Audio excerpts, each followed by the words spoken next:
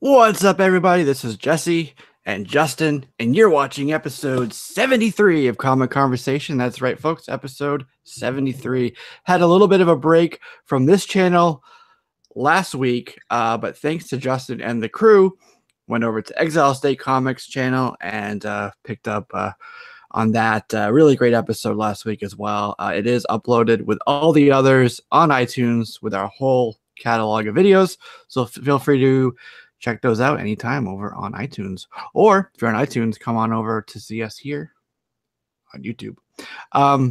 So we have a couple people that we're missing here. Edwin will be along shortly. Chris hopefully will as well. And we do have a really good show for you guys tonight. A lot of stuff dropped actually today. We're going to be talking about, well, the big three. I mean, the big thing is Marvel, the fresh start with Marvel. But DC is having a good May month, and so is Image. So we're going to cover that. We're also going to talk about Black Panther, not necessarily the movie in depth, but we're going to talk about the performance of it. I think that is the real story there, and especially with our predictions that we had. I know a lot of you guys had some that were in line with what we had, which we're grossly underestimating, but we'll get to that in a little bit. And then, of course, we have a book to review for you, which was Brave and the Bold. Issue number 1 came out on Thursday. So we'll talk about that. And some Star Wars news is in here. We're going to mix a little bit of everything in there. A little bit of Nightwing, a little bit of this, a little bit of that. But before we do, let's go ahead and give some shout-outs. Sure. You got the chat open? You want to cruise through some names here? Yeah, I got it. We got the Great Legend. What's going on, Great Legend? Thanks for showing up, man. Jason Smith is here. Our good friend Jason Smith, holding it down at the post office for us all. Yeah. Mr. Unknown Comics guy, what's going on, brother? Comically Flawed is here, helping us, and he said it very well. What this Marvel refresh reboot thing is going to be? It's going to be a title with about 19 words in it. So. That's right. And he's one of our unwrenchables. That's right. That's right. See what else we got in here. Rebel Comics, what's going on, Larry? How's it going, brother? LP. Yeah, Joker M21. Gomez, the comic collector, what's going on? NES Master 80. Philly Superman is here. What's going on? Jay Redbeard. What's going on, Redbeard? Big Ease is here. Brian B. Cougar Comics. Man, it's a full house. It's a full house. Yeah. A lot of people there with us. Stopping in, everybody. Really appreciate it.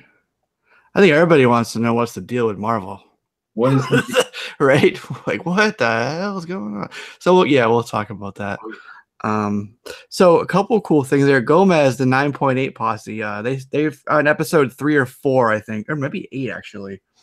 I don't know, but they've been doing a good show over on their channel as well. It's him, Rag, and a couple of the guys. So just wanted to shout them out.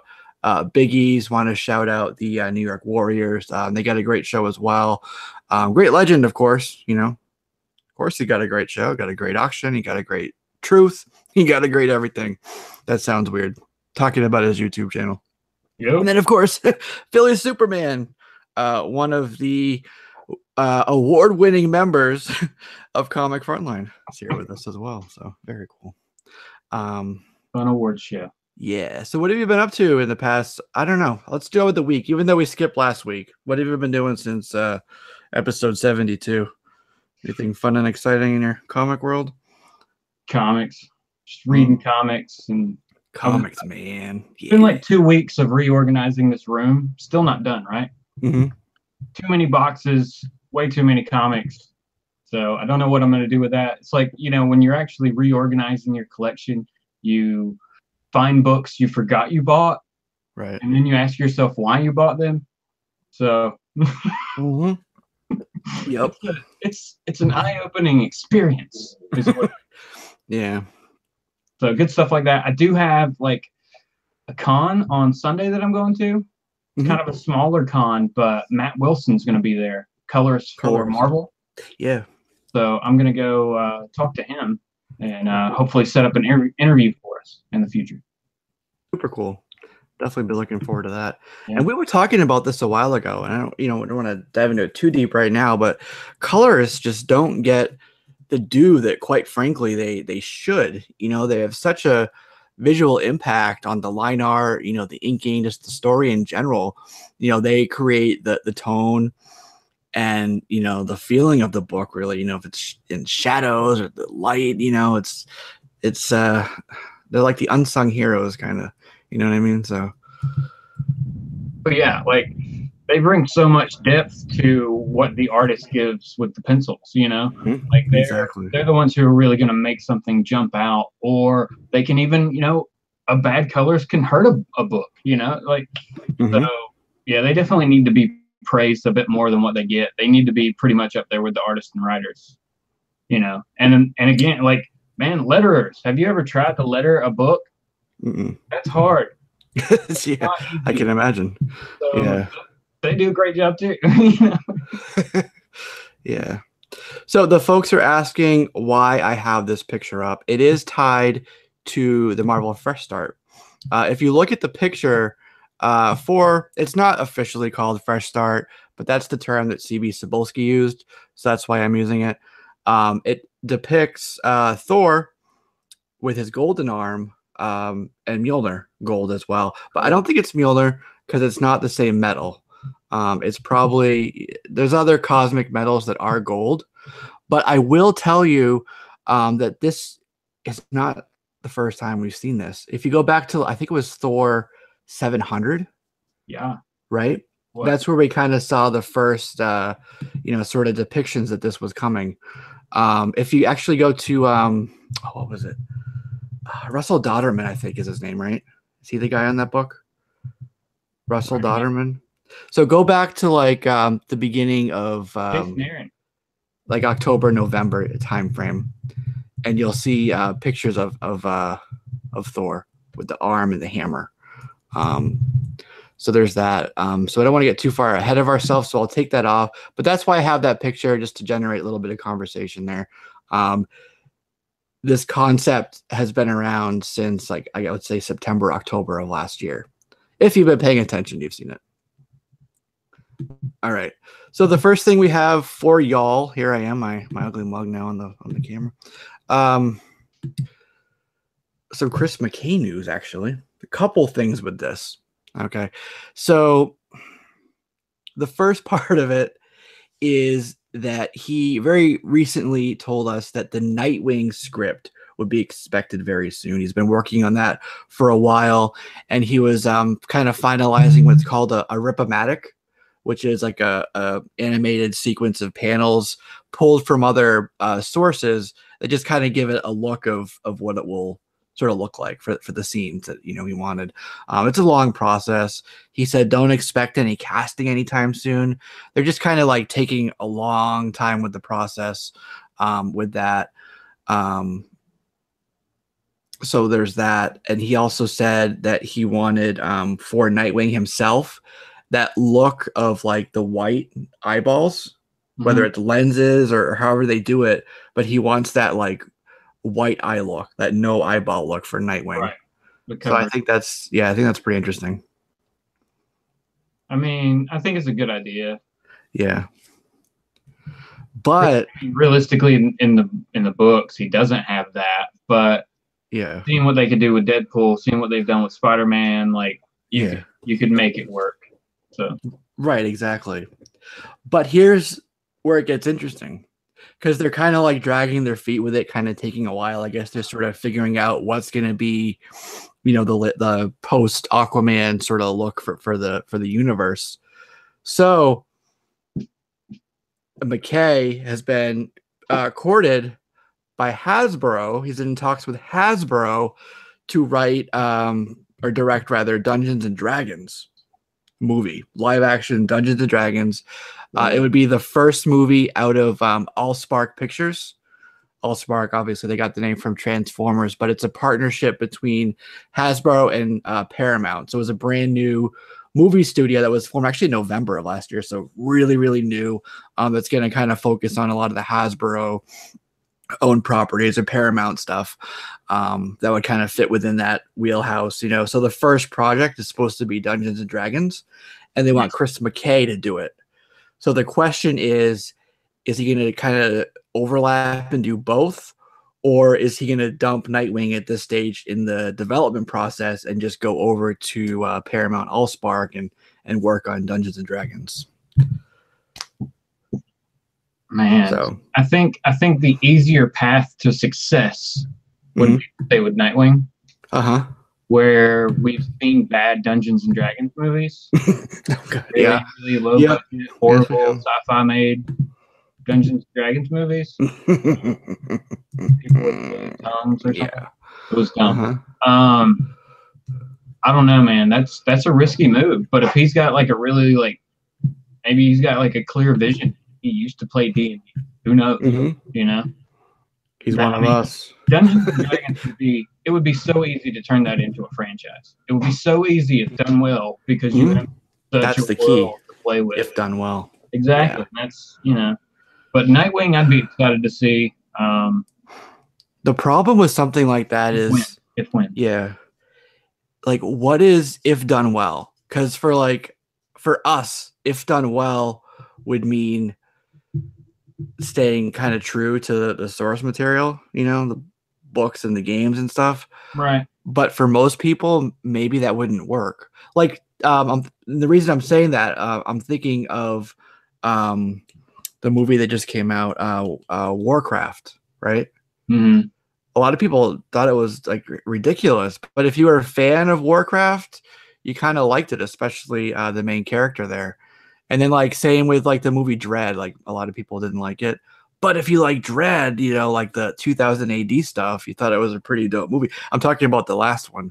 Yeah. So it's kind of tricky. Like with Dungeons and Dragons, do you stay true to that and make the true fans happy? Or do you kind of stray and give it much more mass wider appeal, which may piss off that more core group of fans, but will make a lot more money overall, which would be potentially make it more of a franchise thing. I don't know. I'm just kind of thinking out loud. No, I hear you. I mean, I just don't know how they would really do it.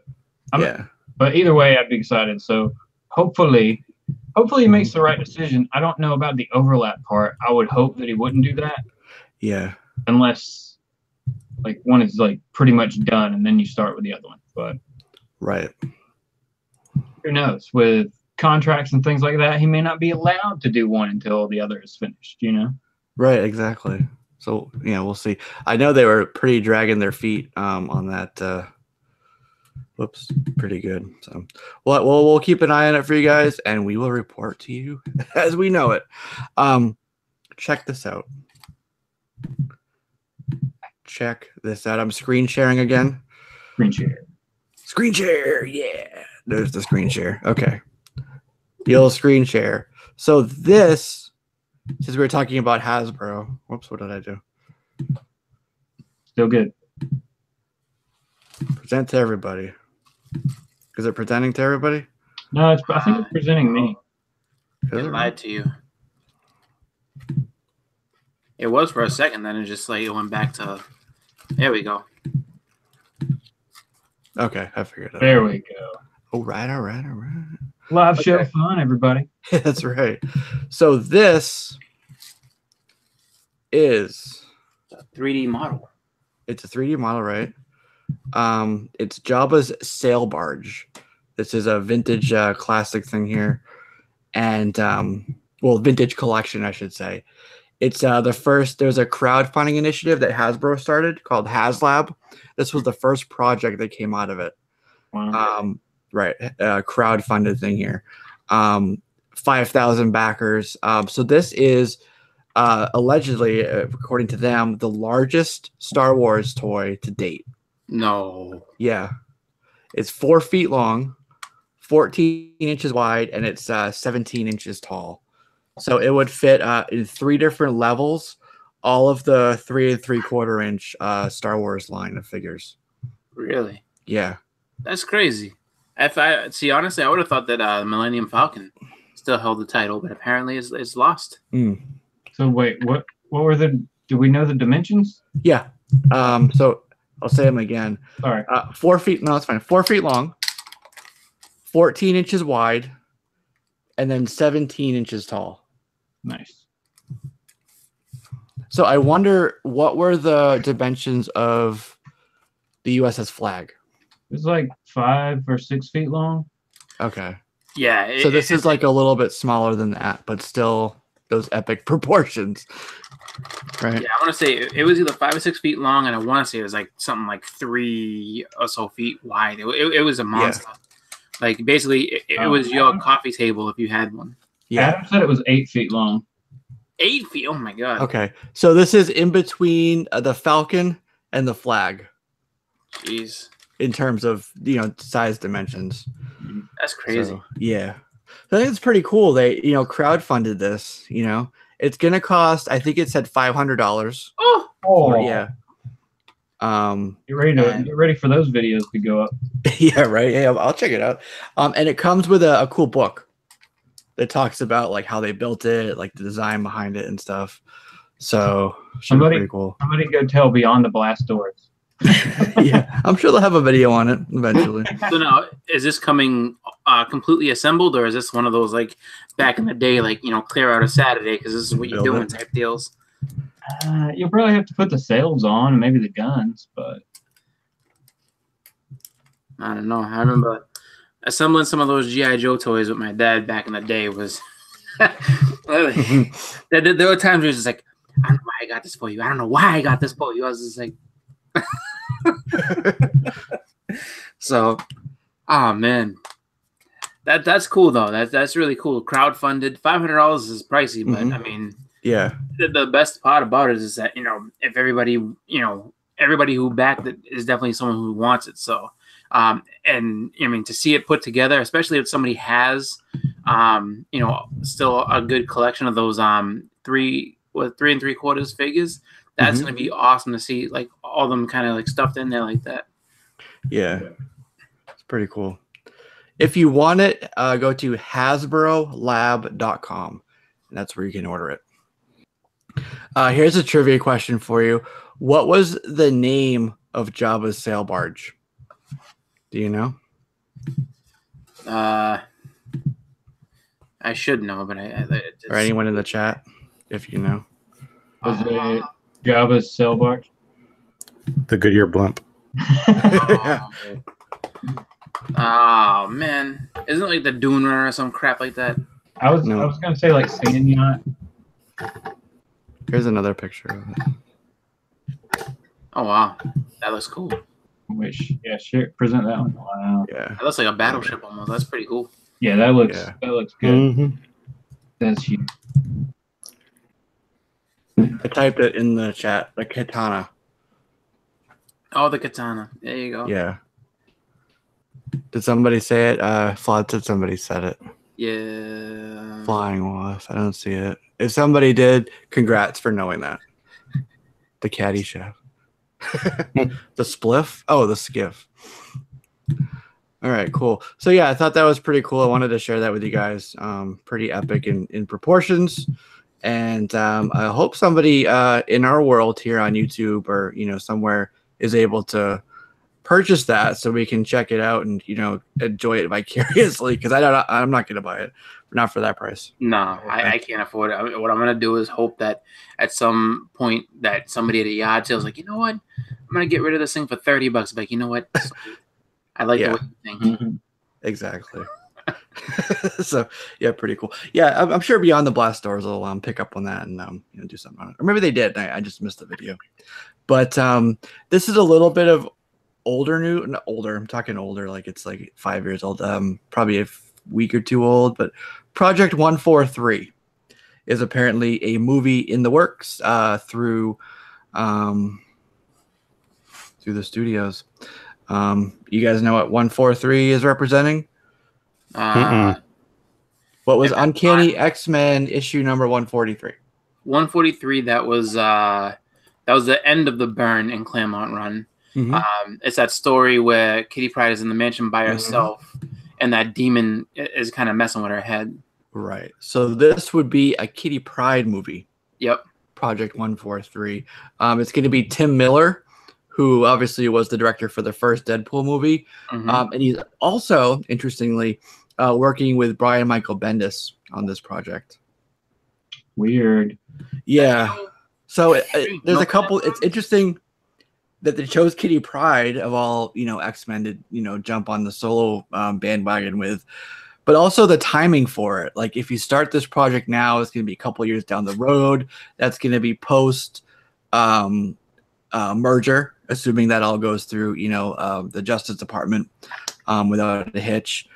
So would Disney keep this? There's going to be a lot of money thrown at it to potentially where it's just going to be cast into the development hell sandbox. So I don't know. Do we need a Kitty Pryde movie? I think honestly, no way. No, I think I think it's a good project, to be honest with you, because of the fact that, I mean, if you look at it now, she's a prominent member of the X-Men. She's been around for a long time, and I think they're actually kind of gearing up. I mean, it makes sense now if you say it like that. If that is in fact what it's going to be, because they're gearing up with her. They're going to have that later on down the road.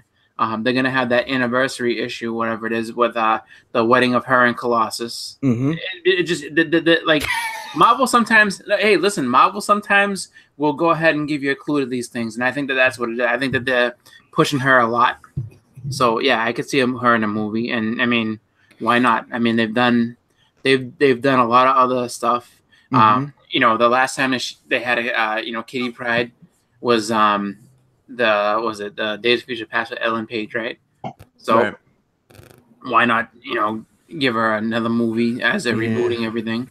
I don't see a problem. Yeah, I mean, don't get me wrong. I like Kitty Pryde. She's cool cat. No pun intended. Actually, pun intended. But I feel like there are plenty of other X-Men that they could have gone to first before getting to Kitty Pryde for I don't know. For me, it would depend on which Kitty Pryde we get. Do we get teenage Kitty Pryde, or do we get adult? I'm the leader of the team Kitty Pryde. Yeah, that's a good question. Yeah, if we got current Kitty Pryde, I would be more probably into seeing it, since we've seen the character a few times already, than having to be gone back and she's young again. Yeah, I'm ready for it not to be Ellen Page. Also, yeah, I mean, well, it's already Ellen Page was the second Kitty.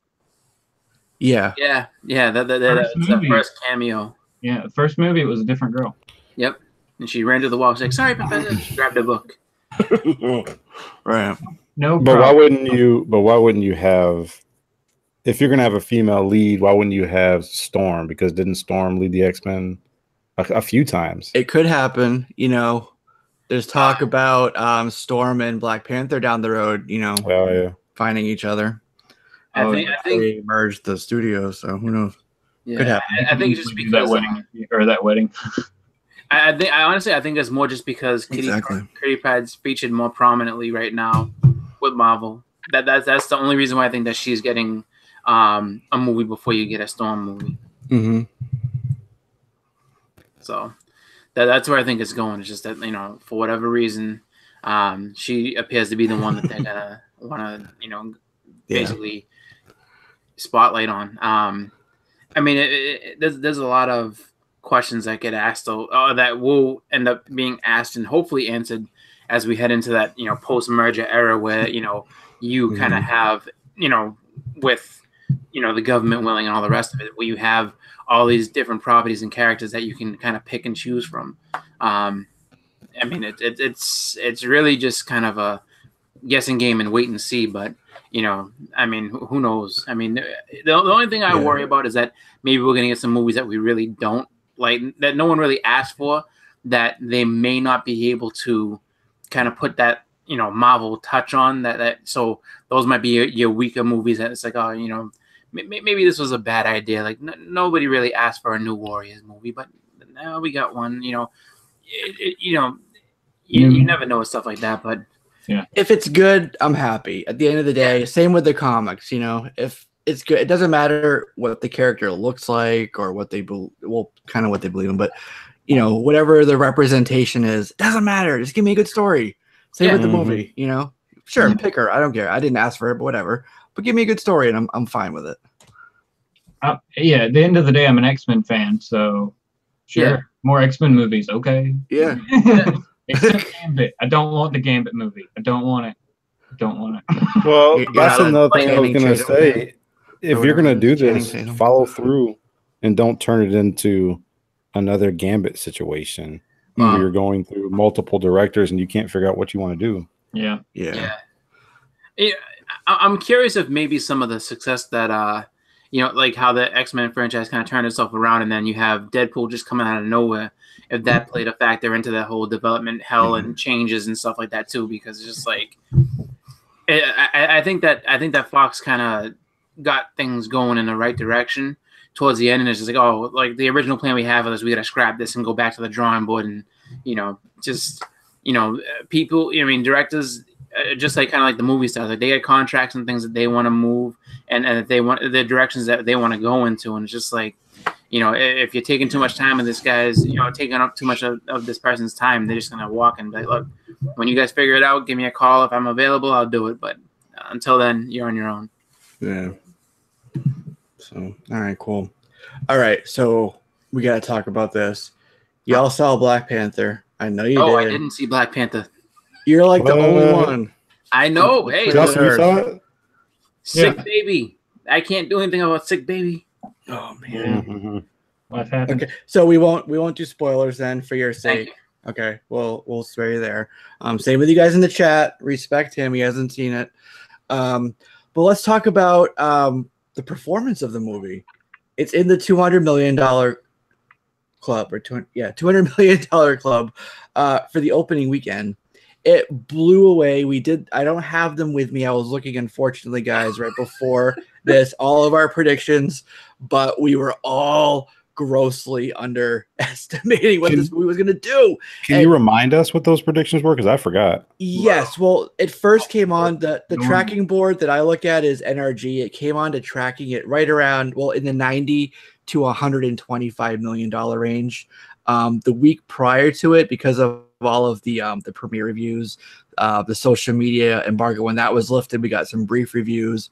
Those were all massively positive for the movie. That got the hype up. It jumped up to 150 million for that. But that being said, that was after we did our estimates. We did them around when it was estimated around the 125 area. Mm-hmm. So the range for us and then the folks in the chat who participated was anywhere from 90 to, I believe it was somewhere around like maybe 150-ish. I know I was at 130. That was my estimate, and that's the estimate I gave on Comic Frontline as well. 130. Which I think is a damn good number. There's plenty of other movies who have done that, and it's been super successful for them. You know what I mean? So I thought that was really good, especially for this being a first solo movie for the character, right? Mm-hmm. So that was kind of the range there, right around like 120-ish, for most people. But just over 4,000 theaters. And it picked up $202 million in the 4-day. Because on your show, Justin, on episode 72, you guys were talking about if the weekends included or not, or like the holidays. Right, that Monday. So they do opening weekend +3 and then +4. So it doesn't matter. I mean, holidays and stuff are a factor, but they do it by kind of like the number. So the +4, which includes Monday, and they typically have that. It was $242 million for that. And it brought the whole global take for that to $426 billion.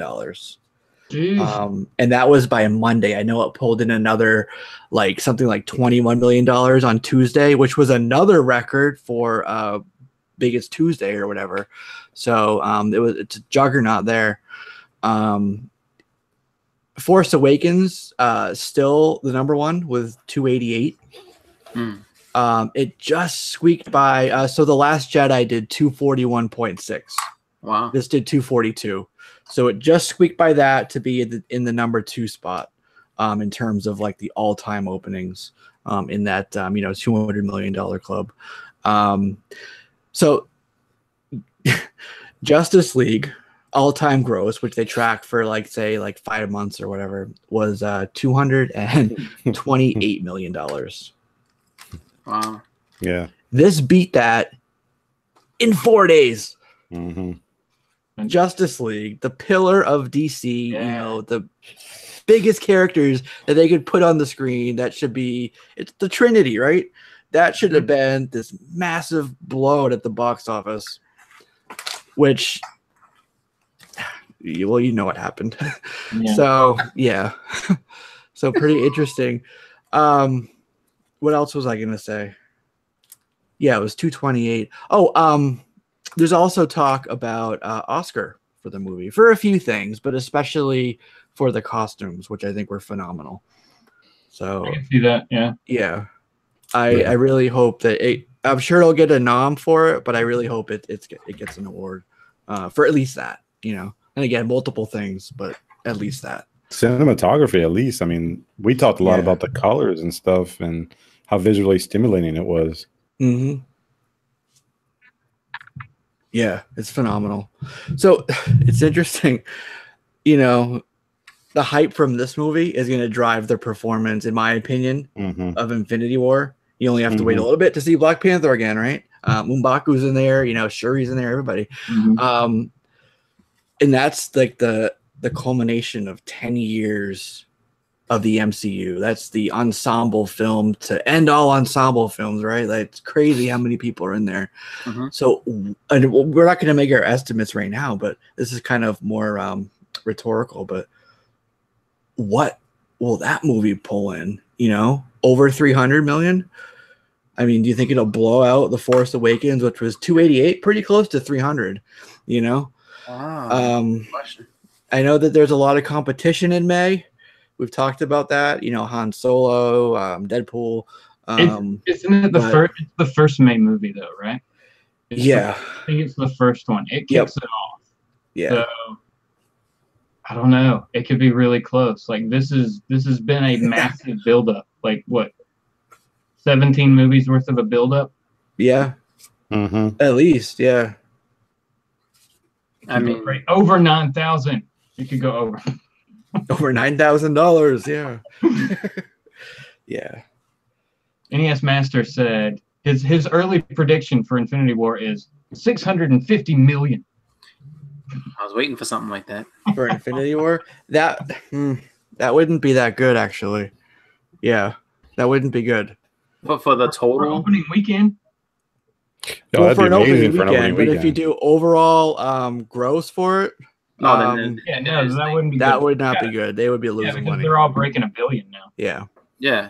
No, that they'd lose about half of what they spent. That would be disastrous, actually. Yeah. I don't remember what the budget is, but for Black Panther, the budget was right around like 200 million. Never mind. And then for P&A, which is the print and advertising, that's all the marketing campaign. It's typically at least half of what the production budget was. So if you think about that, just super rough numbers, you're looking at 300 million for the movie. And then you have to do like a good 3 times that before they even start making a profit. So you're up close to like, you know, $750 million, $800 million before they start making money for it. That's for Black Panther. And it's well on the way there. It's definitely going to make some good money. We're getting a Black Panther too. Let's just say that. Yeah. So, yeah. So we're not talking spoilers. Just reminding you guys. Yeah. So they get to see it. See, this is the first time I do this. Every other time I see the movie, you know, on the same weekend, and it's all good. And then, you know, this one time, I wasn't able to get out to see it just because my daughter wasn't really feeling all that hot, and she's doing good now. But she was just kind of not feeling good and everything. So we were just like, there's no, and on top of that, there was also like, you know, tough to find a theater that wasn't like, you know, that we weren't gonna have to sit there in the like front row, that neck's like broken. So it's just like, we'll just wait. So we're gonna see it Saturday, but I'm excited for it. From everything I've heard, you know, from you know, coworker, just spoiler free, but to be like, oh, it's so good, like, you know. So I've heard a lot of good stuff. So I'm excited for it. I want to see you know, what everybody else has been so excited for to see and everything like that. So it'll be looking forward to that. Like what the second weekend take is, and you know, Let us know, like, if the theater's still full or something like that when you see it. Too. That'd be cool. Yeah. Some movies have a massive drop by then. Yeah. Yeah. Well, I mean, we were looking and basically trying to do like earlier day showing, because the night showings are all pretty much sold out, and then the earlier day showings for the most part in regular theaters are just about sold out. So I had to get IMAX, which I'm not going to argue and say, oh, IMAX. I think it's going to be awesome in IMAX. It's good in IMAX. Yeah. So and that one had when I went to it today, the I think it was like the first like 4 rows are the only ones open. So by Saturday, it's going to be sold out. It's crazy. Like, I mean. Well, we saw the morning matinee here. It was at 9:45 a.m. and it was full. It was probably about 90% full. You know, you got those empty seats trickled throughout that nobody wants to, you know, sit next to somebody who they don't know, and a few of those, but it was packed, man. But man, the film was good. And I don't know if Justin or Jesse got the same thought, but after I saw the film, after I thought about it for a while, it kind of reminded me of a little bit of The Lion King. Not me. Not I've heard that. As far as the storyline, how it kind of plays. I've heard that, but it didn't. Yeah. No. I mean, I could kind of see like what people are talking about with that, but not like for me. Lion King. What's up? No, there's like somebody, the father dies, wants to be the king. There's another family member who's trying to, you know, I'm trying to describe that without ruining anything for Chris. No, that's cool. I mean, I saw King Shaka die in I think it was Winter Soldier, so we're good. Oh no, it wasn't Civil War. Civil War. Yeah, so that part of things I'm all set. You know, but the rest of it though, you know, I don't want to know who Scar is apparently, or any of the rest of it. Scar, yeah. All right, let's pause for a second and give a couple shout outs here to the chat. I don't want to ignore folks. I just saw Undisputed Frost popped in, so what's up, man? Nice to have you here. Symphonic Elk as well. He says howdy. That's Jason. Cool name. Hi y'all. Yeah, his one's cool. Yeah. Lord Tapman is here as well. I'm gonna say hello to Lord Tapman. Also, how's it to the Doom? All right, we got Rag 718 as well. Jay Rodham 78. We already said hello to NES, but hello again. Jack Yo's here. Silver Age Dave, nice to have you as well. He had to run, so he's not hearing me say that. Biggies said not to laugh, Buckshot, or he'll spoil the movie for you. So, yeah. Let's see who else. Thomas Churchill, very good to have you here too. And that's the people that I wanted to shout out that I've seen. Lords of the Long Box, Jeff Johnson. Yeah. You know. Also, Otaku Dan just showed up, and sweet. Watson. All right, Captain Jenks. Yeah, going strong, man. Almost 40 people watching. Coolio. All right, cool. So let's you got more to say on that? I wanted to kind of cruise through. I do real quick. All right, let's talk about the villain for a second, because a lot of comic book villains. They're here and then they're gone, and of course their first appearance in comic books drop. I don't know what Killmonger's first appearance is like, but I thought he played a great villain. Definitely memorable in my opinion. I loved Eric Killmonger in this. My opinion, I know Big E's disagrees with me, but I've said, no hyperbole here, best villain in the MCU. Best in the MCU. Best villain in the MCU. Yes. Oh wow. Everyone's like, well, what about Loki? Like, when I say best villain, I'm not saying he's the scariest or the most imposing or the most like threatening, but he had the most depth and the most story and the most relatability. Yeah, you know, I agree with that. So because of that and his development through the movie, I really feel like it's a great character, you know. So that's my reasoning for saying he's the best villain. Not that he's like some like giant scary beast that you know. Yeah. I don't know. Well, I'll just say this: Michael B. Jordan is not making me think so much about Fantastic Four right now.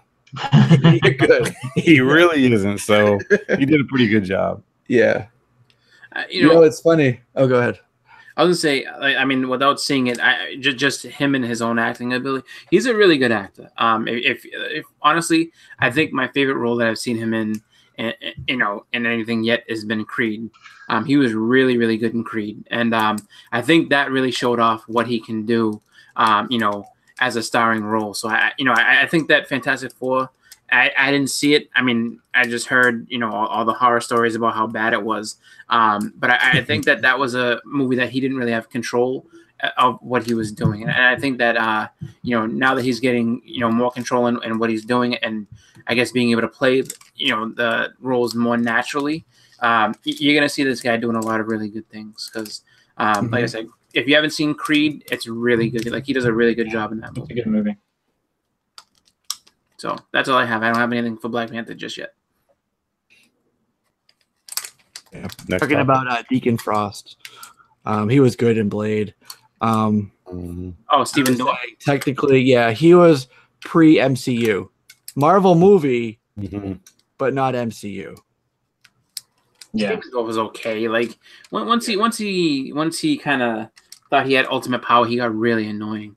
Yeah, there's an alternate ending for it that I just learned about last week. I know, I didn't know that there was alternate for that. So Deacon Frost becomes La Magra, like just giant, like gelatinous, thing.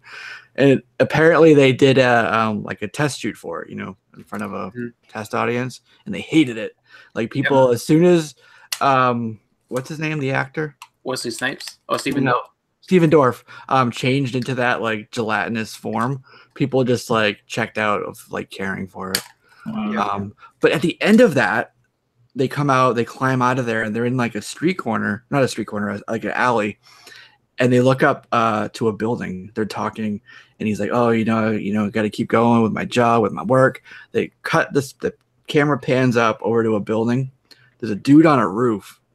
They didn't name him, but in the thing, it was Goyer, the director, said that they intended for that to be Morbius. Wow. He was supposed to be in one of the sequels there. Ultimately, it was a rights issue with Sony. They couldn't get the right for the character, but they had set that up for that to be Morbius.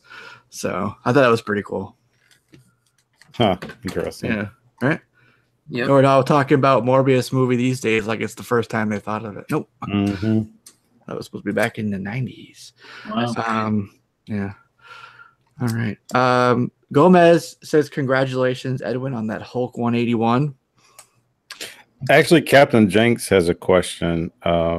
He says he found a copy of Teen Titans #1 in an old box now, so it is in good condition, not great. It has been selling on eBay for about $80. Does he take advantage of it and sell it now, or hold on to it?" Which Teen Titans #1? Probably the George Perez one from the was it the 80s, early 80s, late 70s. I mean, yeah, I was gonna say, because if it was the one from the late 90s or 2000s, like, how the hell is that an $80 book? And why is no one, I mean, I just... Are they still making that Titans TV show? Yeah. So Titans going to this digital streaming service. Oh, really? Yep. Maybe wait till closer to when that comes out. Yeah, don't wait until it hits the screen. Sell it before. 2 weeks before let it go. Yeah, that's a book you can. It's been around a while. It's held its price. Sure, it fluxed a little bit, but it's not like ASM 795 or whatever that's gonna have like a spike and then a big old drop. That's when you can afford to wait on, and you can kind of count on the money being somewhat. Like, history's kind of proven that that's where it's gonna be for a while. You know what I mean? Yeah. So, like they said, it'll rise when get closer to a show or a movie. But yeah, I would say, and I think we're all saying it right, to Captain Jenks, just hang on to it for a while. Yeah, because I think too, like the other consolation that a lot of people have with that is if you couldn't get DC Presents 26, which is like the first appearance of was it Cyborg, Starfire, and and Raven, a lot of people would just be like, all right, well, here's the first time that they're an actual team, but I couldn't get this other one, so that'll definitely be one that's gonna be hang on to it for a little bit, and hopefully cash out and get some money for it. Yeah. All right, cool. So there's a couple people now who are writing Silver Sable and Black Cat movie. We just had some news about that. It's Gina Prince Bythewood and Lindsay Beer, I think her name is. They've done some other stuff that a lot of people liked. So for those who are familiar with them, it's good news. I know that Geneva wrote one of the drafts for Thor Ragnarok. Oh, nice. Yeah. There was was it Chaos Walking is something that people have talked about. I'm not familiar with it, but apparently it's good. So yeah, for those who are familiar with them, that's apparently good news. But a little bit of more movement on that film as well. So that's that adjunct Sony Marvel verse. Yeah, that kind of is an adjunct to the MCU. You get that, you get Venom, a couple other projects in the works. The Morbius movie we've talked about. I still can't believe they're pushing ahead with that movie. Yeah, it just makes it makes no sense. I mean, yeah, that's right. Yeah, I don't know. And they're going with the whole I think if I remember correctly, no Spidey again, right? Yeah. But I picture like her, she's like the international jewel thief, and then you got Silver Sable over there with her team, investigating. They're hired to go out and hunt her down type of thing. So I hope it's like a intimate woman on woman type of spy thriller thing. Ooh. I mean, it could be, but it's just, the way they're going about doing it is just wrong. Those characters, especially Black Cat, should be introduced in a Spider-Man movie. You know what I'm saying? And then we'll care about her and go see a movie with just her and no Spider-Man in it. But I don't even think that they in Homecoming had a Felicia Hardy character in there. So I mean, she's really not been represented at all. Well, she's older than Peter in the books, so it doesn't really matter. Yeah. Yeah, but I mean, if you have Flash Thompson in Homecoming, why wouldn't you have? You know what I mean? Because Flash and Felicia were going out for a while. I mean, they were the high school sweethearts type deal. I just think that for her being a character that's really close to Spider-Man, both as friend, part-time lover and just ally and enemy all at once. It's just she's an important character to the story. She should be in Silver Sable is kind of just an 80s thing that happened, but Black Cat has been in that book forever. Well, I mean, but where was Silver Sable's first appearance? Spider-Man book. Oh yeah, so I'm saying 265. Right. Yep. Yeah. So, that's way down the road. I'm talking about when was Felicia Hardy's first appearance? Yeah, 194. I'm just saying though, it just doesn't make any sense to introduce them in a non-Spider-Man. Yeah, in a non-Spider-Man movie. Yeah. Because that is something that I don't really get why they'd run. Unless it's something more like what Jesse said, somebody stole something. Oh, we can't catch this person. The cops aren't able to help. We need you to go ahead and I got it. Take this person down. Because I think Silver Sable's all mercenaries. The Wild Pack is all mercenaries. Yeah.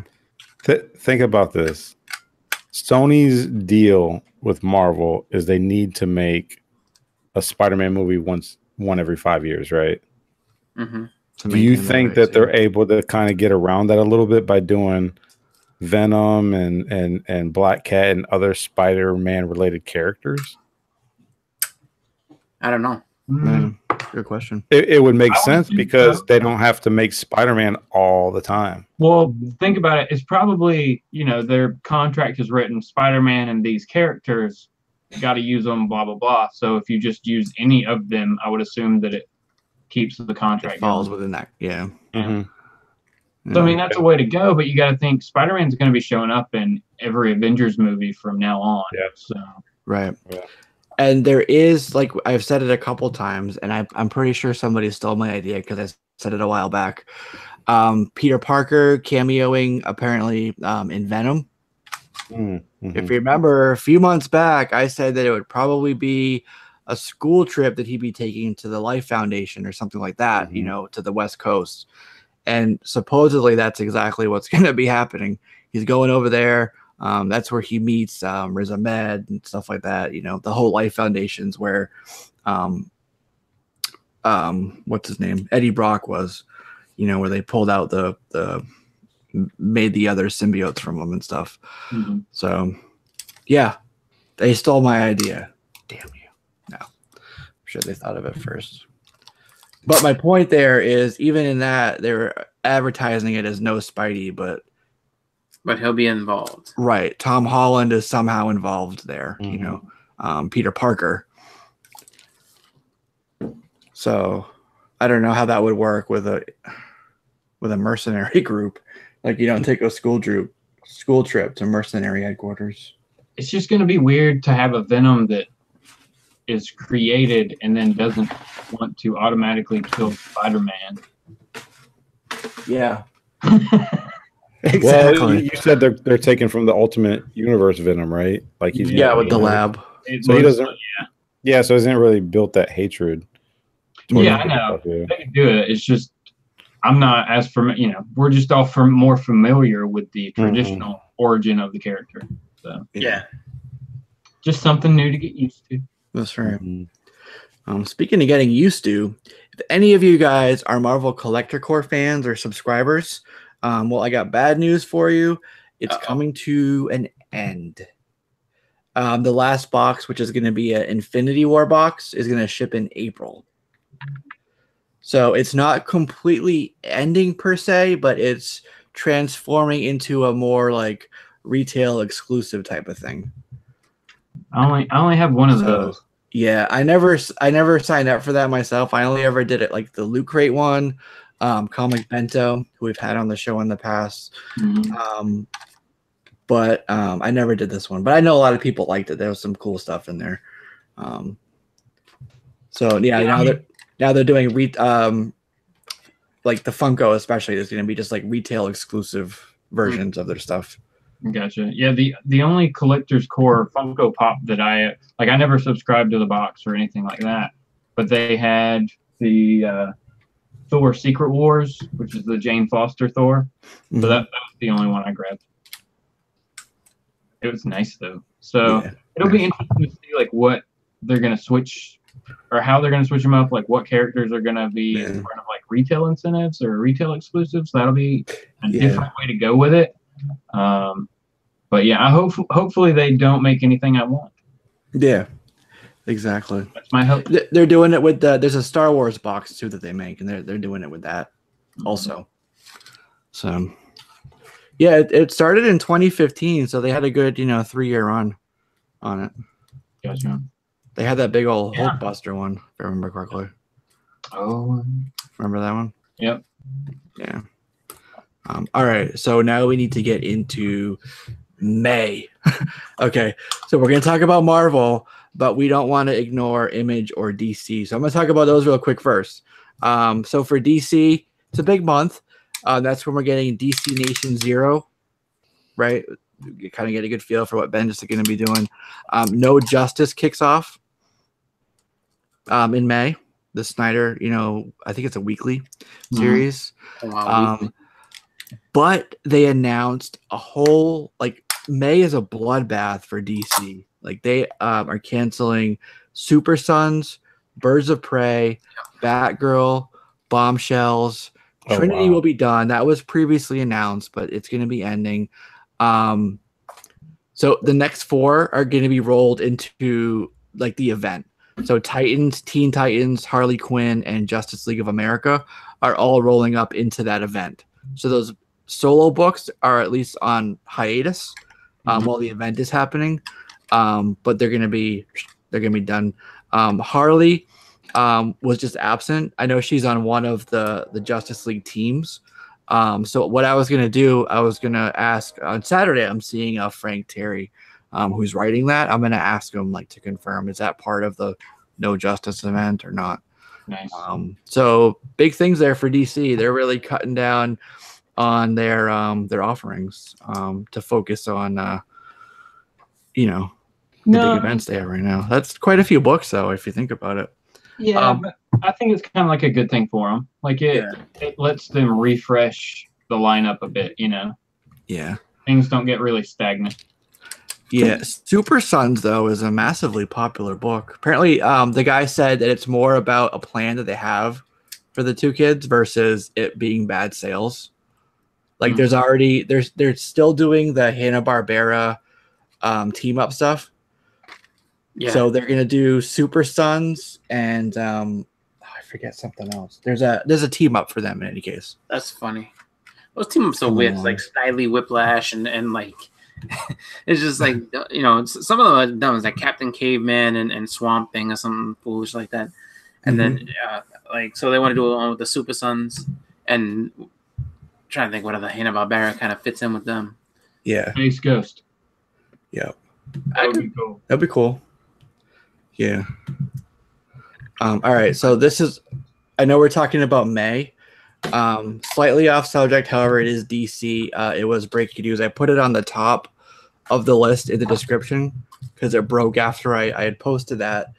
But Joss Whedon has decided to step away from the Batgirl project after a long time. He said he had such great support from Warner Brothers and DC. They were like really like in there with their sleeves rolled up right next to him.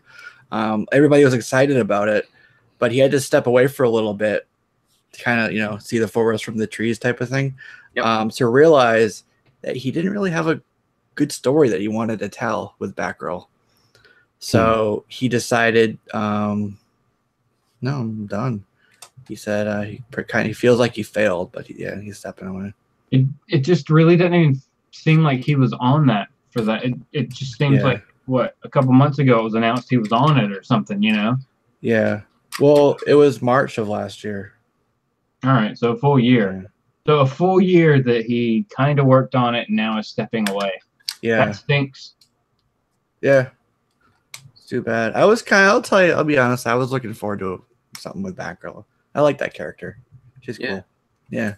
Mm-hmm. So who knows? And, you know, like, you know, riding on the success of Wonder Woman and stuff, you know, female lead, you know, would have been good. But we'll see if they continue with the idea, like if it fits in with the overall story they want to tell, where they kind of like need that, you know, to drive the story forward, or if they'll just chuck it in the bin with all the other half a dozen movies that they've, you know, announced and then said nope in like the past year. So man. So yeah. So that's quite a few titles of I said the Super Sons. Oh, did I miss Supergirl? Did I say Supergirl? Captain Jake Supergirl's going away too? Yeah, she's done. She's done. Wow. Yeah. I kind of feel like it was low sales on the book, which was like right around 24 or something. And that's kind of why they brought in an art germ. I was just gonna say, to like, boost up the sales, breathe a little bit more life into it, and you know, but apparently it wasn't enough. That was the plan for Art Germ to jump over to Birds of Prey, but with them being canceled, I'm not sure if that's gonna materialize or not there. Well, he's doing the Mara, the first issue for that. Right. Obviously, he's got is it not next week? He's got the Thor coming up, but he just put out the images today for the Black Panther #1, which we'll talk about in a second.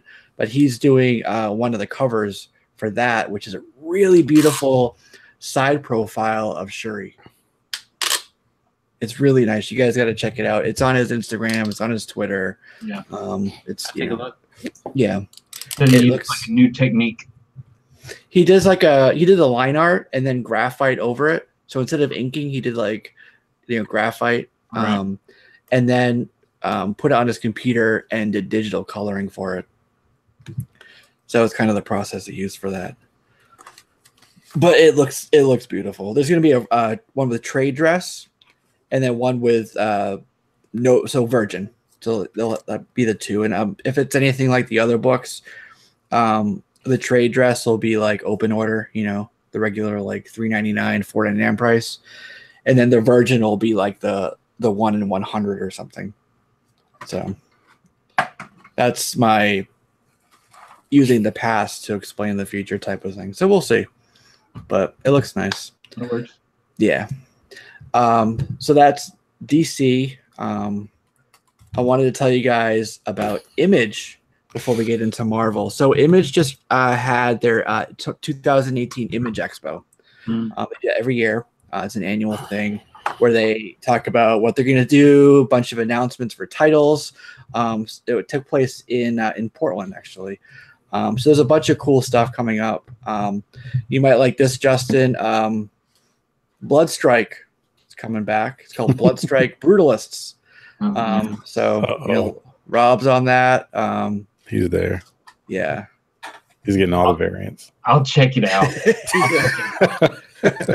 Well, they finished. I mean, they did. There were like 2. Here's what they did with Bloodstrike. Quick update. They did issue 1 and issue 2 like last summer, summer before, and they were horrible. They were really bad. It was really bad.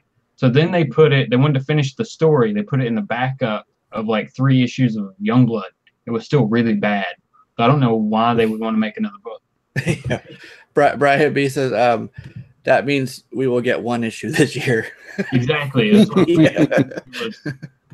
It was just not good. Like I read that first issue and I was like, they didn't even try.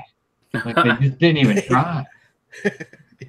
There's the book opens with him being like imprisoned, and he bites his arm off to free himself. Yeah, it was much more like satirical, wasn't it? Yeah. It was not what the character used to be.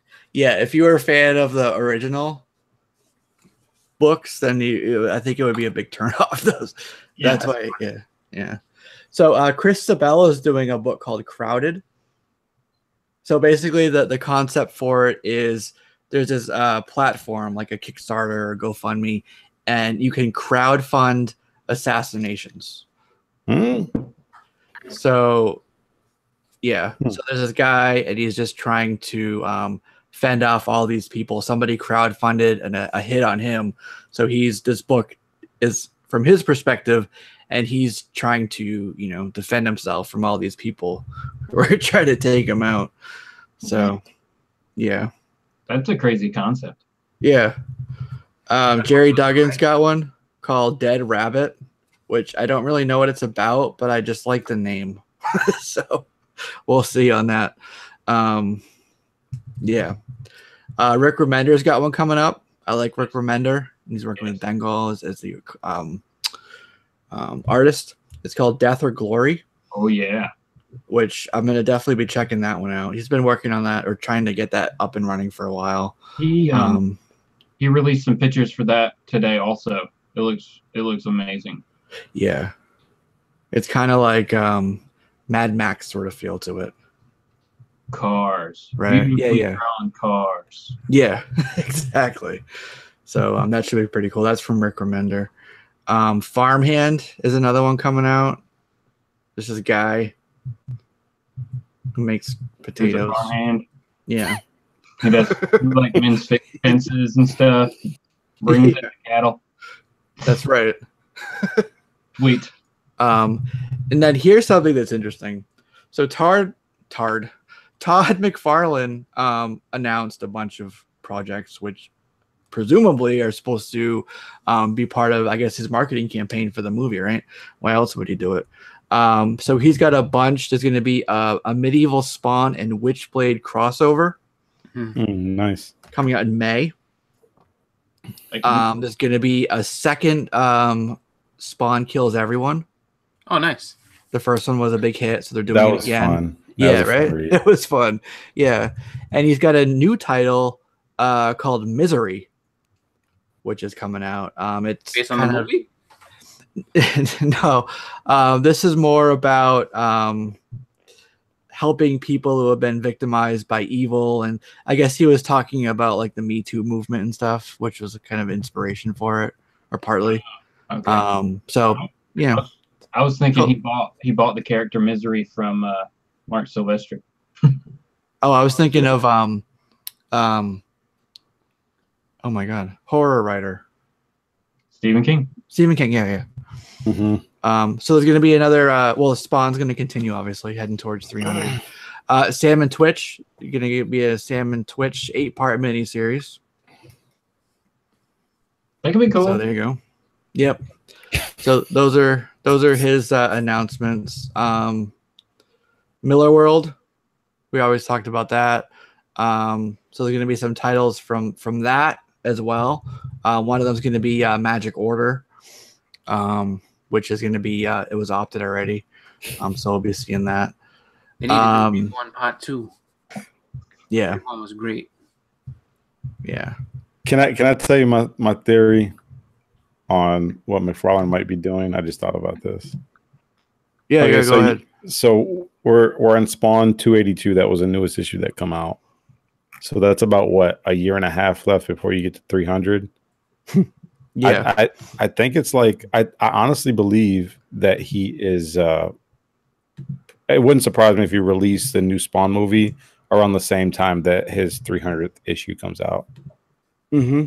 That would actually be a really good idea, and actually kind of a very a very big milestone for an indie comic book. Mm-hmm. So I could totally see him doing that. Yeah. Yeah, he's the one to line things up that way, let's just say, Mm-hmm. So I wouldn't put it past him. All right, so let's talk about the all new, all fresh Marvel Now 2.0 Legacy. What else can we add to that name? All the new number ones. Yeah. Yep. So CB Cebulski, he put out a YouTube video. It's not officially called Fresh Start, but he kept using that phrase, so that's what I've been calling it, Fresh Start, what everybody's been calling it. Talking about new directions, new series, new teams starting in May. And everyone's like, really? You've been doing this since 2012, right? Yep. Marvel Now, all new Marvel Now, Marvel Now 2.0, all new, all different Marvel. Then you had the Secret Wars, and then Marvel Legacy, which I think was it June or July? Do you know when the Comics Pro conference is in those summers? Yep. Yeah, so July. Okay, so they do it the retailer conference for that, and it was Axel Alonso who was at it, and he basically said that Marvel Legacy was supposed to be kind of like a placeholder until we get to like the real sort of reboot or relaunch, or not a reboot as they would like to say, Rebirth. Yeah, right. The Marvel Rebirth. So we had Marvel Legacy, which didn't last that long, and it started off with a big old thud, right? We had all the issues with the ordering, with the Battle Lenticular covers. Yep. Just came out of Secret Empire, all this stuff. Anyways, but that was just a few months ago, so kind of crazy that we're already getting that. So yeah, everyone's giving good names for it. Marvel now. 3, 2, 1 reboot. So that's funny. Marvel Meow. Mm-hmm. Yeah. So that was a sort of I think it was Bleeding Cool who dubbed the term stopgap for it. So interesting. I think it's a combination of that plan and also Cebulski kind of wanting to make his mark as the new EIC, right? Mm-hmm. So this is perfect timing that we have the show today. We got like the solicits for May. The first couple of things I thought were interesting that they first announced. Well, I'm not interested that they announced Avengers. That makes sense, right? So new Avengers, new number 1 with that. Mm-hmm. Gonna focus on Thor, Cap, and Iron Man. Okay. And I'm talking about Thor Odinson, Steve Rogers, Tony Stark. Tony Stark. Right? Yep. I knew they'd be back. Right. Just exactly. The movie. Right. It's got Jason Aaron on it, who I really like. Probably one of my favorite Marvel writers, and I like Ed McGuinness too. He's a pretty damn talented artist. So, yeah. So there was that, and then the other one that they announced, was Venom. Venom's getting a new title written by Donny Cates, of all people. Which actually, if you think about it, is right within his wheelhouse. He's pretty good with that, like baby teeth and stuff like that. Horror sort of genre. Oh, really? Yeah. So they want to kind of line that up with the movie. Yeah, it'll be in May. If it's a monthly, then you got May, the movie's gonna have a June, horror July, film, right? August, September, October. That'll be 6 months before the movie comes out. So that's just enough, 6 issues. That's just enough for a trade paperback to come out right in time for the movie. Good timing. Or 5 issues, and then that 6 month will be when the trade comes. I don't know. That's perfect. So Donny Cates, everyone's like, why Venom? Like what? But when they did Legacy, if you think about it, the Venom title was the first one. It wasn't part of Legacy, but it was the first one to get renumbered to 150. Man. So, and it's also the 30th anniversary for the character. So, interesting that they would choose him. My big thing, like every new comic book, or not new comic book day. It feels like every free comic book day. Yeah. There's a new event or a reboot or something. That makes sense. That makes actually perfect sense because you get a lot of people that are going in there for the first time. Free comic. Check this out. Hey, and guess what? We got this other thing. Oh, you like this? Check this out. Yeah. So that free comic book day, I think now has taken on that whole new role of being like, all right, this is what's going to be new to get people in. Everything starts in May. And I mean, it's crazy too because just like when you think about it too, you got all the movies and everything. So it's just like it's the perfect time to get all those people that just saw Avengers into the shops and get them to or people that just saw Deadpool, whatever, just get them to get all this new stuff. So I'm gonna put that picture back up again that I had. Do it if I could find it. So we were no, I don't have it. Shoot, I gotta find it. Come. So we were talking about Thor. I'm going to put up the picture so we can see it again. But Thor has that gold arm and Mjolnir. Well, gold a hammer. Looking Mjolnir. A hammer. Yeah. It's not Mjolnir. It's the same shape. It's just gold. Where in the damn? I can't find the picture, guys. I'm sorry. You're going to have to do without it, I guess. Go look it up if you want to see the picture. I don't know where I put it. Oh, wait. Is this it? Where is it? Open recent. It was named Thor something. There it is. Yeah. Thor header. Now where'd you go? Thor's Day, so good time. There we go. All right. And it's not the whole picture. But I guess it's going to be not quite lined up perfectly with it. There we go. But on the picture for the relaunch, they always have like the whole like ensemble picture. Spider-Man is, you can see him down in the bottom left, like front and center, like right in the middle of it. But we don't know who's taking over for Dan once he leaves after 801. So, and that will be like July, I guess, when we finally get that. So I guess, could they bring David Michelini back? They could. There's talk about Nick Spencer, Jerry Conway.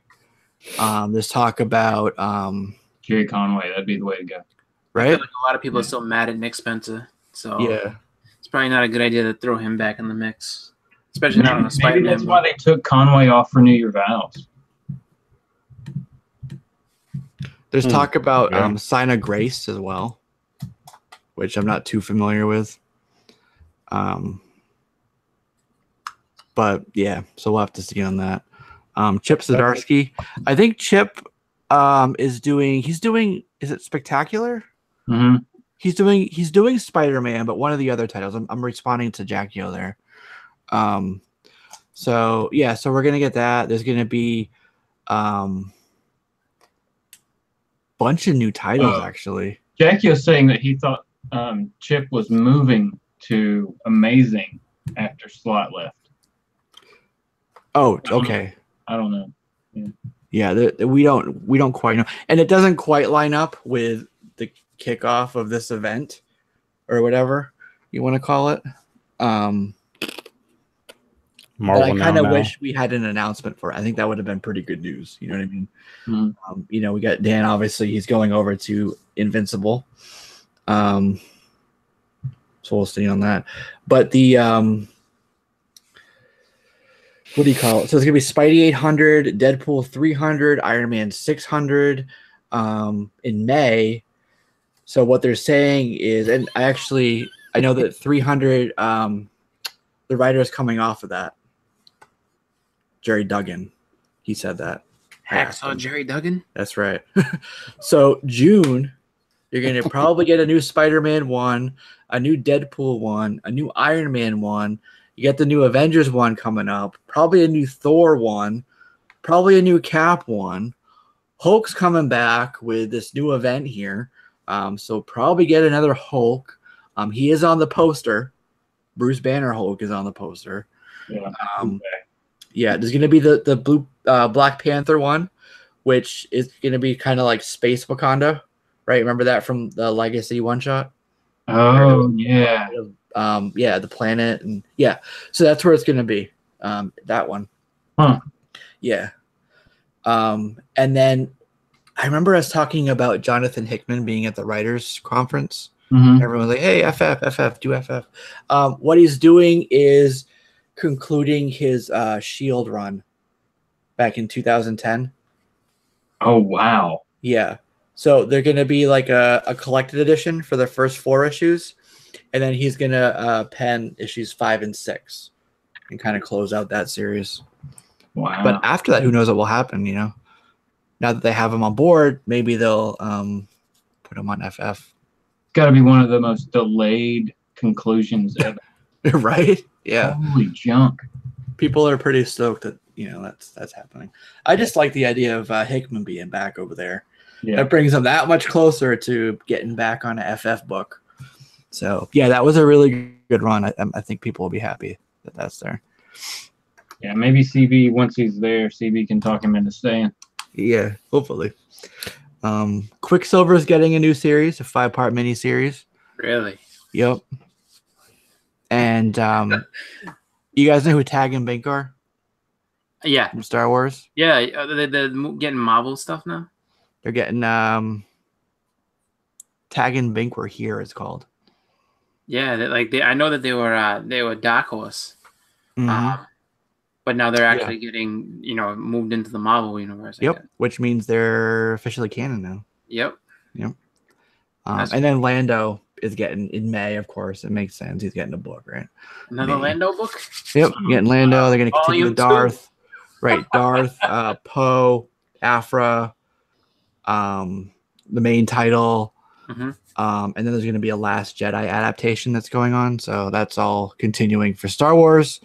And then, of course, the hunt for Wolverine is continuing too. So, yeah, that's funny. The Great Legend says we'll have to get that. When is it coming out? What were you referring to? Tag and Bink? Yep. That's coming out sometime in May. That was funny. Jackie had a great comment too. Yeah. He said, "Nobody is buying Quicksilver. Nobody." Right. That's exactly what I thought. Like, Quicksilver's getting a book, like, for what? Like, yeah. I hope that they're not priming us for Quicksilver solo movie. Oh, no, see, that's the funny. That's where my mind goes with things like that. Like, what's the motivation behind that? You know what I mean? X-Men like Quicksilver. There's got to be a reason, like a legitimate reason why they would make a point of making that like a part of this big launch, you know? So what is that? Is it a movie? Is it, you know, I don't know. I don't know. They just killed him off. Yeah. About 2 years ago. So. Yeah.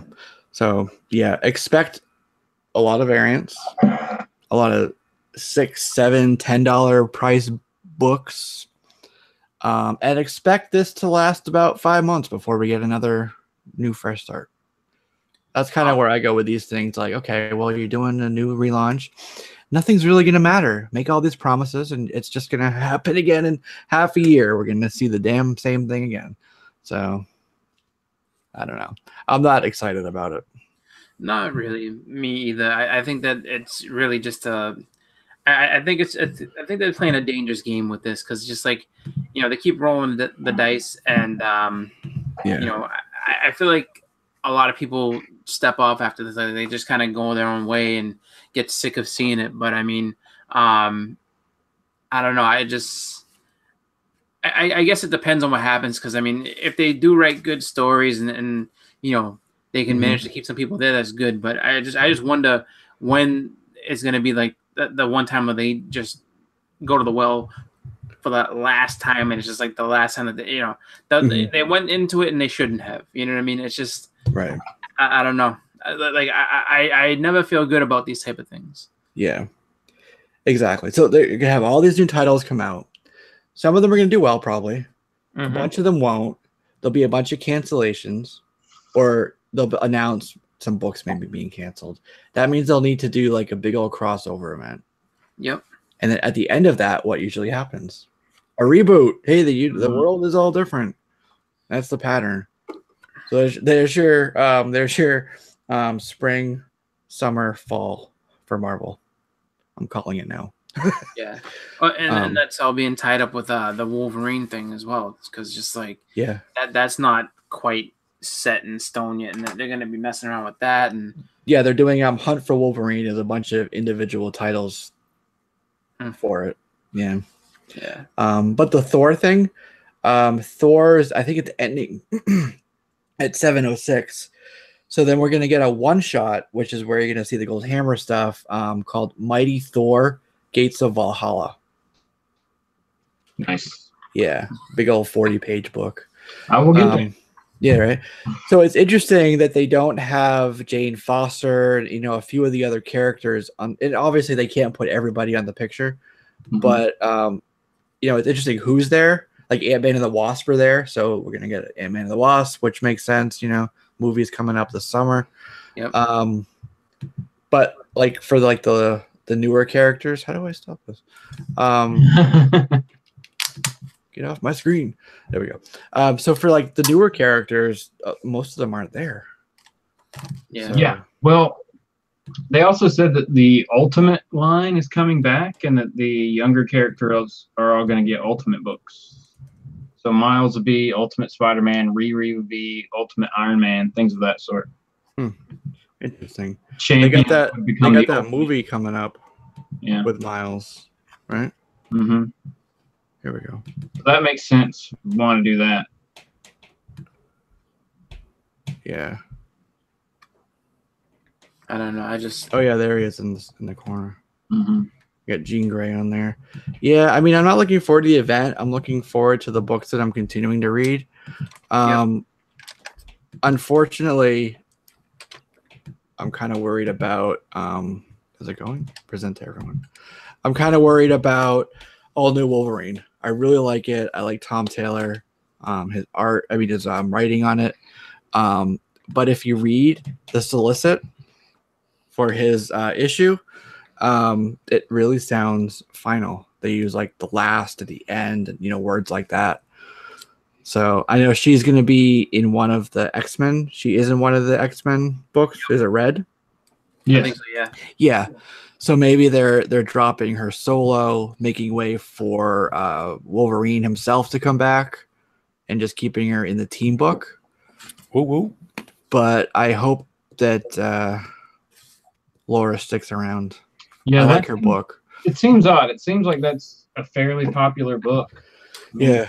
I couldn't quote the sales numbers on it, but it seems to move off the rack pretty quickly each time it comes out. So that is odd. I mean, her and Honey Badger are on X-Men Red, so at least there's kind of a stopgap there. But I don't see. I mean, eventually we're going to get a new Wolverine book once he's found or whatever. Right. So I mean, to differentiate and just have Wolverine and all new Wolverine, I think everybody would kind of get it, unless they want to rebrand her back to X-23 or something. Which would probably be a mistake at this point. Yeah, because she's forged her own identity. I mean, I don't know. Yeah, I mean, to me, she's just as much Wolverine as Wolverine is, Yeah, exactly. Oh, Infinity Countdown is continuing. There's going to be a Darkhawk miniseries for that. Yeah. The Hunt for Wolverine I was talking about, it's Mystery and Madripoor, Claws of the Killer, Adamantium Agenda, Weapon Lost. And these are all like Tom Taylor's writing one, so maybe that's part of it. Maybe it's on hiatus while he's doing it. Greg Land's doing some of the covers, things like that. Jim Zub's writing one. What I was looking for to read to you guys is the Cap. There we go. Yeah. All new Wolverine stuff, but I can't find it. Yeah, Quicksilver, No Surrender. So that's spinning out of the current, racing out of the pages of Avengers No Surrender. Mm-hmm. So that's kind of spinning out of that when that wraps up. Can't seem to find it, so I don't want to dwell on it too much. Punisher's there, Marvel 2-in-1. I'm really loving Marvel 2-in-1. I'm glad that's continuing. Yeah. There's some interesting Deadpool variant covers that are going to be part of this. I'm not going to pick up all of them. I know people are wary about variants, but there's one. It's like a Deadpool Psylocke cover, which looks, to me, it looks really cool. I'm going to be getting that just for the cover. Right. For the cover. Some books we do that. You know? For me, there's an artist that I would get, and that I'm looking forward to seeing, which is Scotty Young stuff. So I always try to pick it up whenever I see it. And really a big fan of his stuff. So if there's Scotty Young covers, which I'm sure there will be, I'm sure there's probably going to be one for that Quicksilver book. So unfortunately, I will be probably the only person to pick up that one, that number one, just to have the Scotty Young stuff. But yeah, that's cool. So I'm going to be reading Domino. I'm going to be reading New Mutants, that miniseries.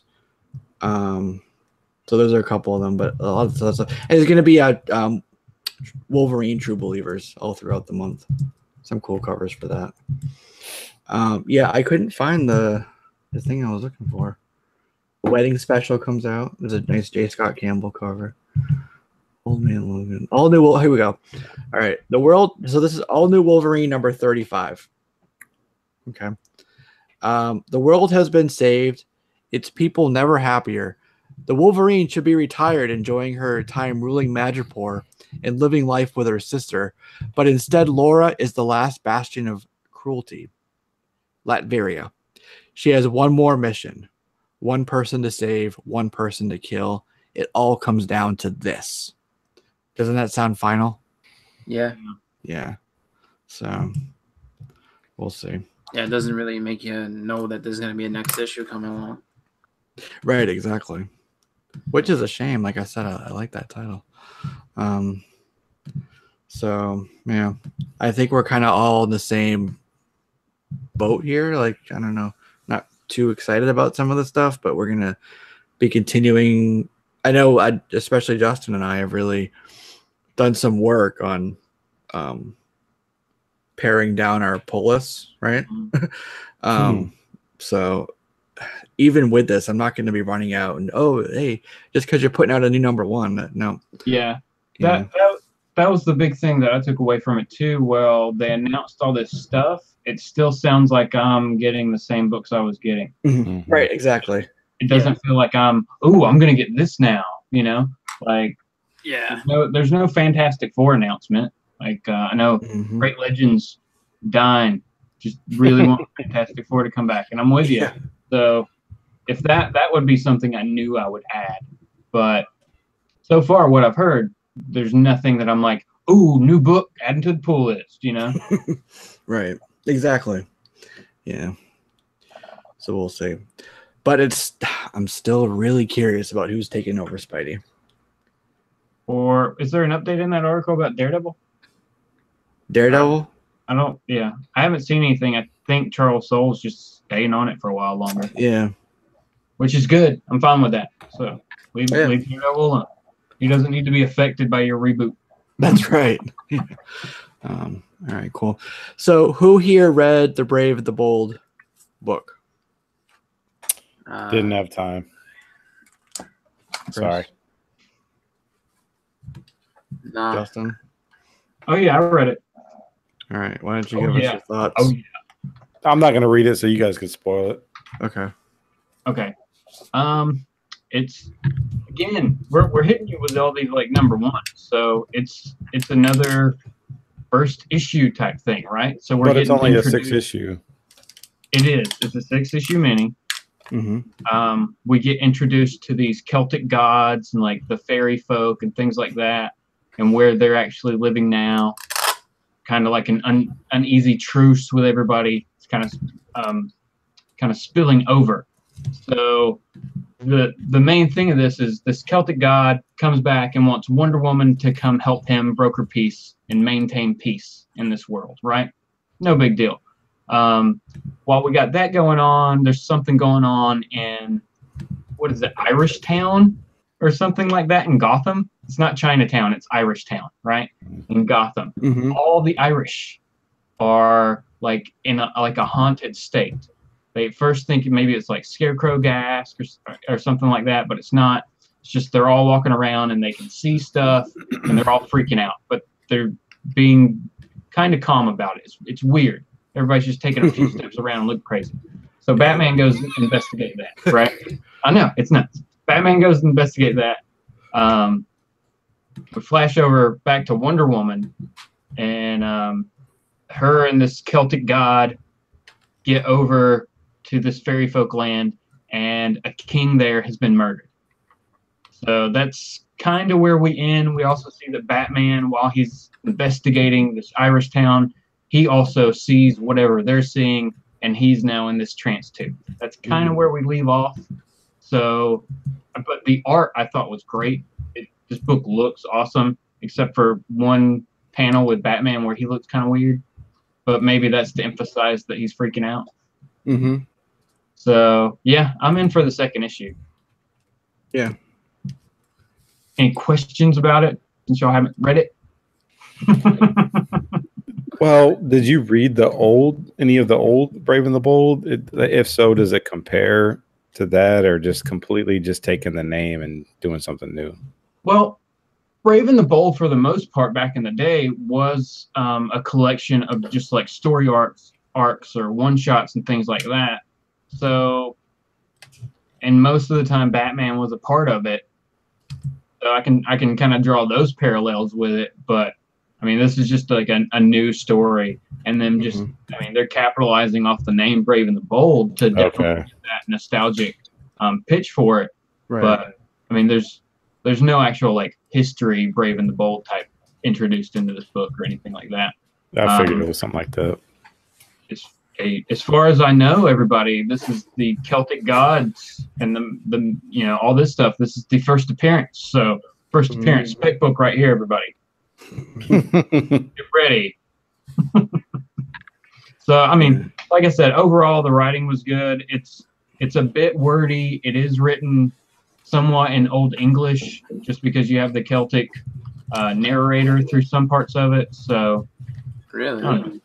But overall, good. Cool you get the old Batmobile with the mask on the front. Oh, is it worth picking up? It was in the Irish Quarter. Yeah. I don't know if you can see it, but it is there where my finger is or something. But it's there, yeah, with the mask on the front of the Batmobile. Mm-hmm. So it's like a mix between Batman the Animated Series and the old Batmobile. It looks good. What was it called? Turnanog?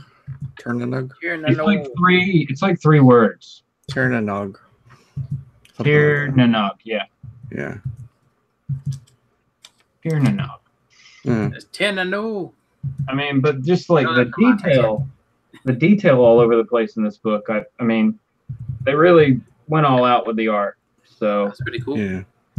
I like Wonder Woman's look in this. Yeah. Yeah, I really do too. I thought it's just the way that the Celtic god like shows up and introduces himself to Wonder Woman and stuff. I thought that was done really well. To where it could have gone a completely different way, but just the way he spoke and everything, it kind of eased the tension there. So I thought it was, the dialogue was good. Yeah. Yeah. It was like you said, it was a bit dialogue heavy. But when that happens, it usually suffers in the action. But really made up for it for me. And again, like you said, with the artwork. Yeah. I really like the artwork on it. In it. And I would assume just because there was so much like they had to explain stuff. This was stuff we haven't seen before, right? So they had to explain this kind of world we were seeing and stuff. So with that, I expect them not to have to do that for the remaining 5 issues, and it maybe be a little bit more picked up in the action, you know? Right. Yeah, exactly. All right. So yeah, guys, go pick it up. It's a pretty good read. Good, like, Elseworldsy type story, I would say. Yeah, it really is. Yeah. I mean, especially if you liked the most recent couple issues of Batman, where him and Wonder Woman were off wherever fighting that endless horde. Like, this is another adventure where Batman and Wonder Woman are going to be teamed up to basically solve a murder in another realm. So that's pretty cool. Yeah. All right, cool. All right, so we're about to wrap things up here. The last thing I want to mention to folks, I need to back up Brian B. They're talking about the Red Goblin and some of the Spider-Man stuff. So, Amazing Spider-Man 795. Spoilers, Norman Osborn gets the Carnage symbiote. Yep. But at that point, he still has these nanobots within him that prevent him from being the Green Goblin. So if anything, 795 is, and he bonds with it, so it would be like the first Norman Osborn as Carnage. Full appearance. Yeah. He's not the Green Goblin. He's not the Red Goblin yet. Okay. In the next issue, he spits out the nanobites. He has the Carnage symbiote. And again, he is yet to be the Red Goblin. So that was 796. So you're looking at probably, I don't know, one of the next two, where you get the cameo, and then the full appearance will probably be 798. So I'm thinking 799. So I'm thinking 798 and 799 are going to be your Red Goblins. That's interesting. But right now, the books that everyone's picking up are not the Red Goblin. Because he never officially names himself, or nobody names him as right. He's got the Carnage symbiote. He says, "I am Carnage." He says stuff like that, but he's not said Red Goblin, right? He asked Carnage to expel those nanobites from his body, and that's like the closest we've gotten so far. But as of yet, it's only Norman Osborn as Carnage. So who started the name Red Goblin? It's just the name it's of in the story. solicits. Yeah, it's in the solicits as well. Oh. Yeah. What happened is everybody's just freaking out. Like, everybody's it's not even Marvel driven at this point. It's all speculative driven. Yeah. Like, everyone's just kind of, It's like shock. This is it. And it's just like, that's why when people started getting into this week's issue, like, he didn't even show up as Red Goblin. What the hell? It's just like, yeah, he's not that yet. Honestly, I could see them holding that back until 800. I think you're right. It would be a good issue for that, a big centennial milestone issue and stuff. Yeah. But if you read Superior Carnage, the symbiote bonded with like 3 or 4 people just in that little mini 4 or 5 issue storyline. So this doesn't surprise me. I think I was texting Chris. We were messaging about this today. Like, it just reminds me of Matt Gargan and Venom. Like, it's just shock. To shock people, and next year he could bond with Black Cat. I don't know, but it's just gonna go down the line, right? Yeah, that'll be the next thing. Carnageized about the whole thing. Like, I thought the appearance was in 795, and that's why everybody was freaking out about that book. Like I said, I quit reading Spider-Man when they did that $10 issue. Yeah. I picked it up right after it. Right? Honestly, that'll make you change your mind. I had that run, and it basically, as soon as that came out, I didn't pick it up, and then I just kept going after that, because I was just like, I refused to pay $10 for that. Yeah, it's crazy.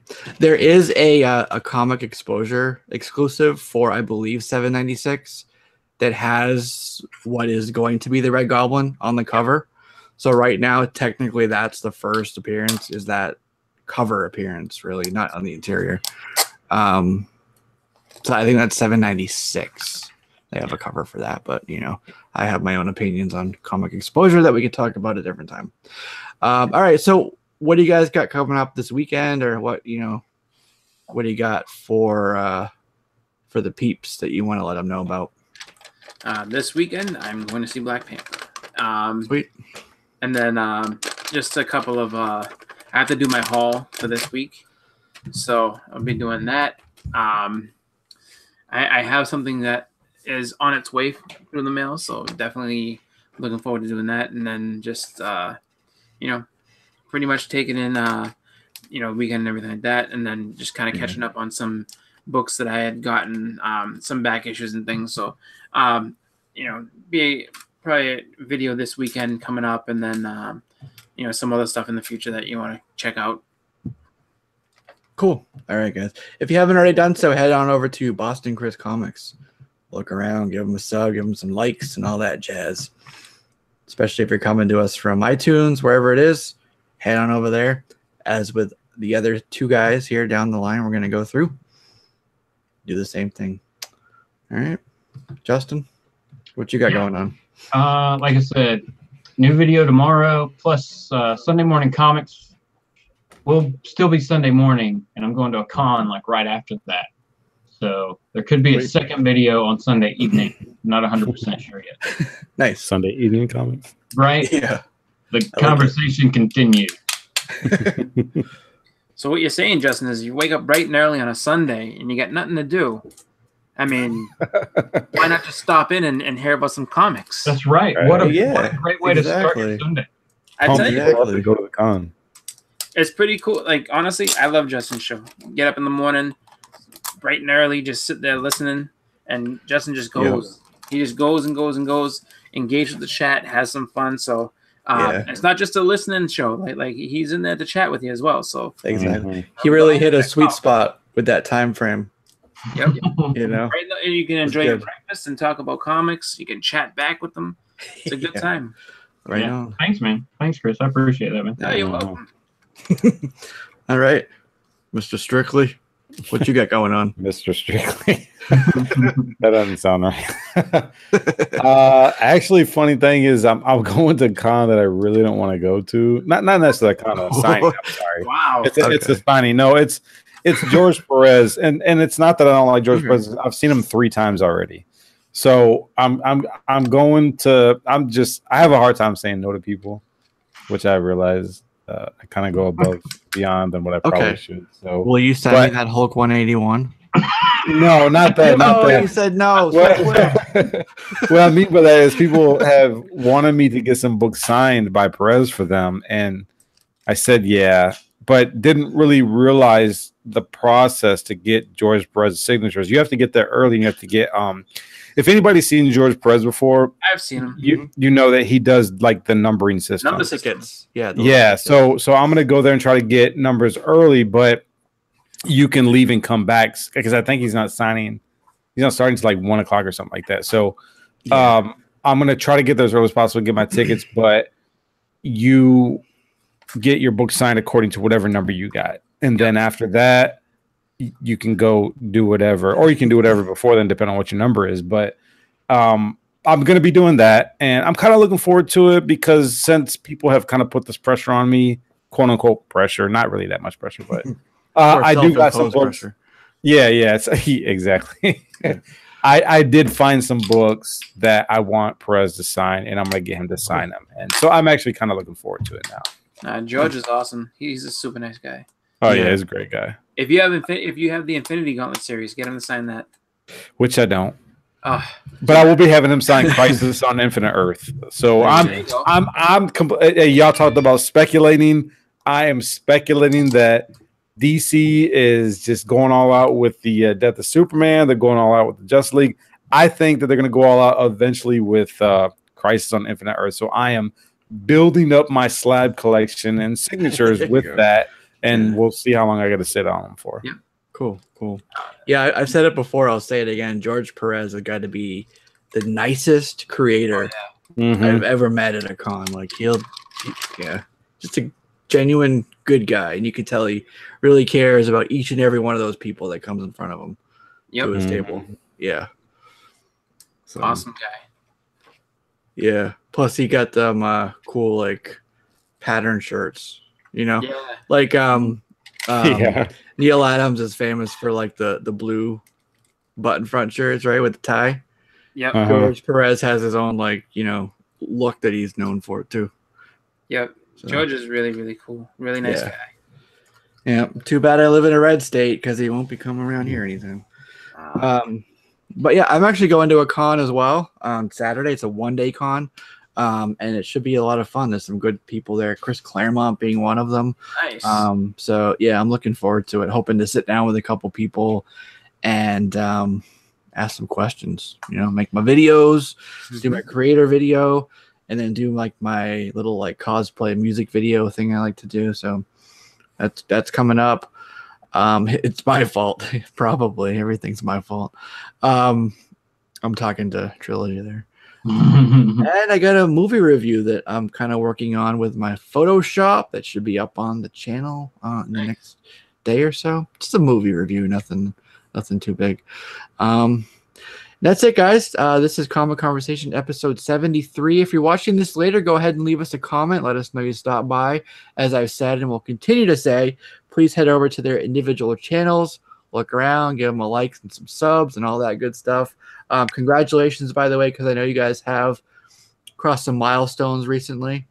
So very good on that. Like Chris, I think you hit up above, what, 300? Yes. Yep. Nice. And then Justin, you're up over 600 now.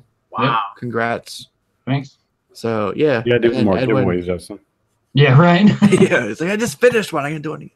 I actually got to do one myself pretty soon. I'm crossed a milestone I've been looking forward to for a little while. So I got to figure out what I'm going to do with that. So that's on the table as well. Yeah, go ahead and emails in the description if you have any comments, questions, suggestions, something you want us to talk about here. Go ahead and hit me up. Let me know what it is, and we'll do our best to add it to the show. And that should do it, guys. This is Comic Conversation episode 73. Have a good night. Thanks, everybody. Peace out.